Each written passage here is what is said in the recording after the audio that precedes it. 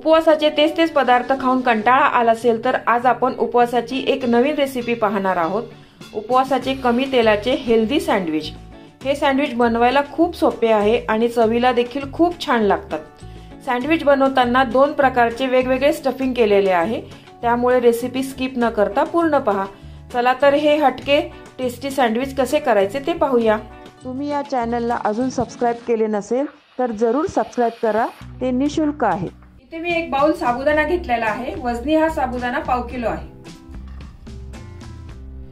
हा साबुदाणा आपण साबुदाण्याला जसा भिजवून घेतो ना तसा भिजवून घेतलेला आहे। एकदम मस्त व्यवस्थित मऊ झालेला आहे बघा। मी 3 बटाटे शिजवून घेतलेले आहे। हे बटाटे आपण आता किसून घेऊया।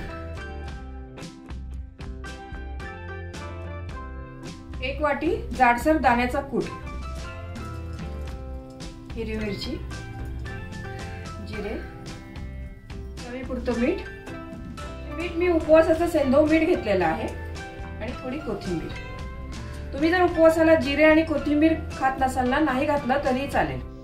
तुम्ही अजून या चॅनलला सबस्क्राइब केले नसेल तर सबस्क्राइब बटनला क्लिक करा आणि बेल आयकॉनला प्रेस करायला विसरू नका, जेणेकरून नवीन रेसिपीचे नोटिफिकेशन तुम्हाला येतील। हे सर्व साहित्य आहे ना, व्यवस्थित एकजीव करून घेऊया आपण।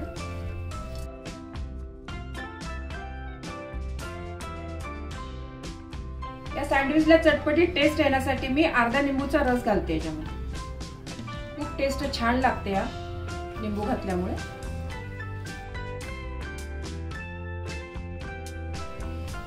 हे पीठ व्यवस्थित मिक्स करून घेतलेलं आहे। याचे आपण आता सँडविच करूया। सर्वात आधी ना याचे मी छोटे छोटे थोडे गोळे करून घेते। 2 गोळे करून घेते मी छोटे।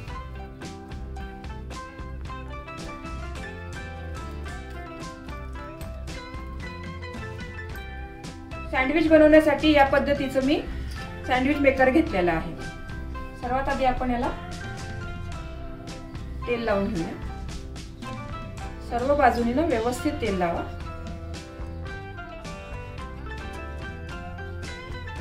वरच्या बाजूने पण तेल लावून घेते मी। दोन्ही बाजूनी व्यवस्थित तेल लावून घेतलेला आहे। यामध्ये हा गोळा घालून ना व्यवस्थित पसरवून घेते। हा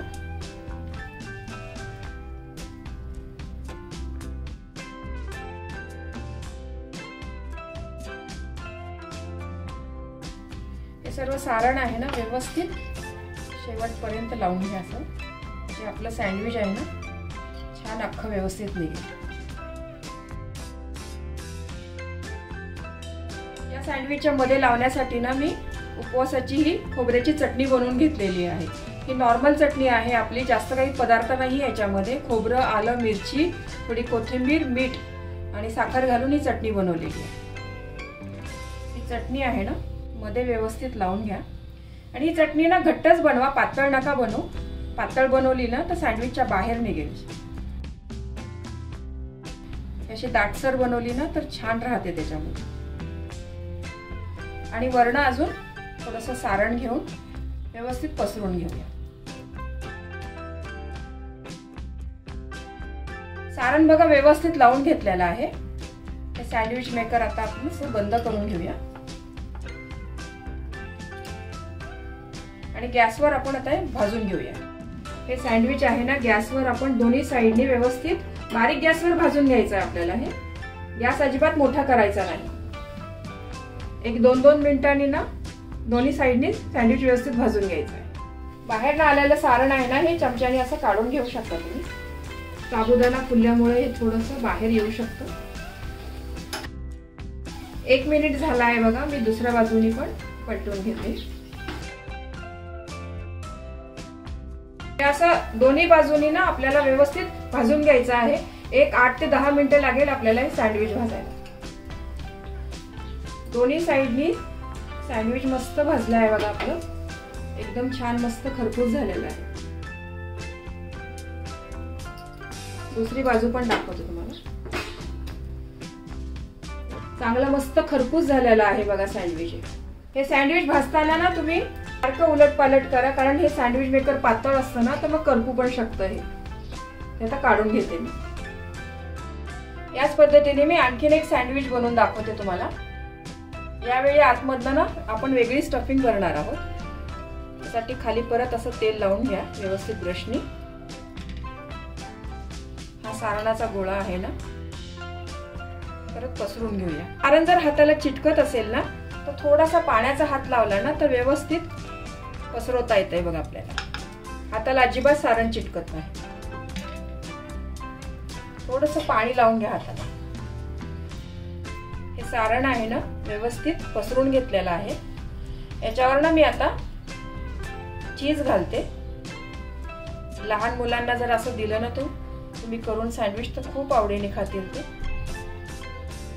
इथे मी मोझरेला चीज घेतलेला आहे, तुम्ही नॉर्मल साधं चीज घेतलं तरी चालेल। हे चीज आहे ना व्यवस्थित सगळीकडे पसरून घेतलेलं आहे। हे चीज ऑप्शनल आहे, नाही घातलं तरी चालेल, तरी सँडविच खूप चांगलं लागतं। परत हे सारण आहे ना वरनं असं पॅक करून घ्या, म्हणजे चीज आहे ना आपलं बाहेर निघणार नाही।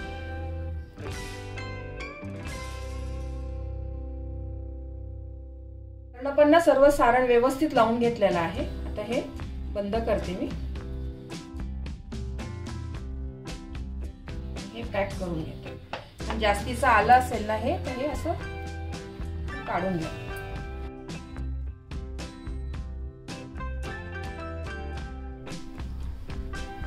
हे पण सँडविच आपण असं बारीक गॅसवरच भाजून घेऊया। हे सँडविच भाजताना गॅस अजिबात मोठा नका करू तुम्ही, नाहीतर मग करपेल लगेच सँडविच आणि व्यवस्थित आतनं शिजणार नाही। हे पण सँडविच बघा मस्त खरपूस भाजून झालेला आहे बघा। दोन्ही साइडनी मस्त झालेला आहे। खूप छान लागतं हे सँडविच चवीला। याच्यामध्ये तेलाचा खूपच कमी वापर केलेला आहे बघा। डाएट करणारे पण मनसोक्त खाऊ शकतात हे सँडविच। आणि एक सँडविच खाल्लं ना तर छान पोट भरतं मस्त।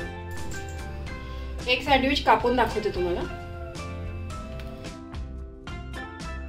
हे चीज वाला सँडविच आहे।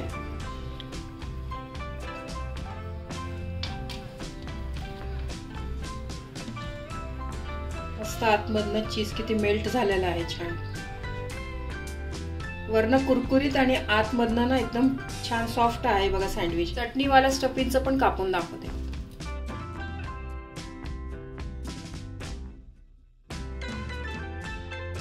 बघा सँडविचच्या आतमध्ये चटणी आहे, खूप छान लागतं चवीला पण हे खोबऱ्याच्या चटणी बरोबर। हे बघा मस्त हेल्दी टेस्टी सँडविच तयार झालेले आहे। यासाठी आपण तेलाचा फार कमी वापर केलेला आहे। या महाशिवरात्रीला हे हेल्दी सँडविच नक्की करून पहा, खूप आवडेल तुमच्या घरी सर्वांना। तुम्हाला ही रेसिपी आवडली असेल तर तुमच्या मित्रमैत्रिणी आणि नातेवाईकांबरोबर शेअर करा। व्हिडिओला लाईक करा व चॅनलला सबस्क्राईब करा। रेसिपीला कमेंट्स करा, तुमच्या कमेंट्स वाचायला मला फार आवडतात। तुमच्या लाईक्स आणि कमेंट्समुळे माझा उत्साह वाढतो आणि नवनवीन व्हिडिओ बनवण्यासाठी प्रोत्साहन मिळते। त्याचबरोबर तुम्ही मला फेसबुक, इंस्टाग्राम आणि पिंटरेस्टवर देखील फॉलो करू शकतात। त्यांची लिंक डिस्क्रिप्शन बॉक्समध्ये दिलेली आहे। तुम्ही ही रेसिपी कोणत्या गावातून पाहताय तेही सांगा। तर पुन्हा भेटूया एका नवीन रेसिपीसह। तोपर्यंत मस्त खा, काळजी घ्या। धन्यवाद।